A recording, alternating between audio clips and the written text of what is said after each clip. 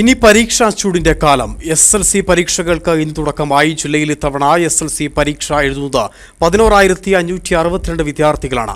ആദ്യ ദിനം മലയാളം പരീക്ഷയാണ് നടക്കുന്നത്. SSLC, THSLC, AHSLC പരീക്ഷകൾക്കാണ് ഇന്നു മുതൽ തുടക്കമായത്. കേരളം, ലക്ഷദ്വീപ്, ഗൾഫ് മേഖലകളിലായി 4,27,105 വിദ്യാർത്ഥികളാണ് പരീക്ഷ എഴുതുന്നത്.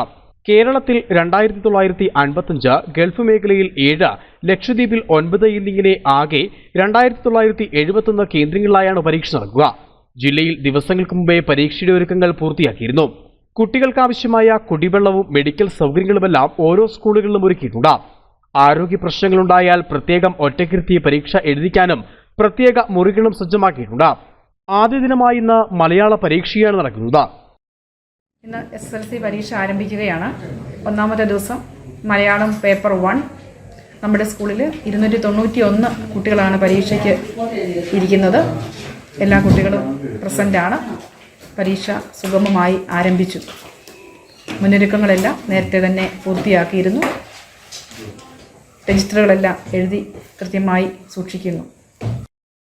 കട്ടപ്പന വിദ്യാഭ്യാസ ജില്ലയിൽ കല്ലാർ ഗവൺമെന്റ് ഹൈസ്കൂളിലാണ് ഏറ്റവും കൂടുതൽ കുട്ടികൾ പരീക്ഷ എഴുതുന്നത്. രണ്ടാം സ്ഥാനം മേരികുളം സെന്റ് മേരീസ് ഹൈസ്കൂളിലാണ്. ജില്ലയിൽ ഇത്തവണ 11,562 വിദ്യാർത്ഥികളാണ് SSLC പരീക്ഷ എഴുതുന്നത്. 6,064 ആൺകുട്ടികളും 5,498 പെൺകുട്ടികളുമുണ്ട്. സർക്കാർ സ്കൂളുകളിൽ കല്ലാർ GHSലാണ് കൂടുതൽ കുട്ടികൾ പരീക്ഷ എഴുതുന്നത്. എയ്ഡഡ് വിഭാഗത്തിൽ കരിമണ്ണൂർ SJHSലും കൂടുതൽ കുട്ടികൾ പരീക്ഷ എഴുതുന്നു. സർക്കാർ സ്കൂളുകളിൽ എഴുകുംപായൽ GHSലാണ് ഏറ്റവും കുറവ് കുട്ടികൾ പരീക്ഷ എഴുതുന്നത്. കഴിഞ്ഞ വർഷം ജില്ലയിൽ 11,320 വിദ്യാർത്ഥികളാണ് SSLC പരീക്ഷ എഴുതിയത്. 99.68% കഴിഞ്ഞ വർഷത്തെ വിജയം.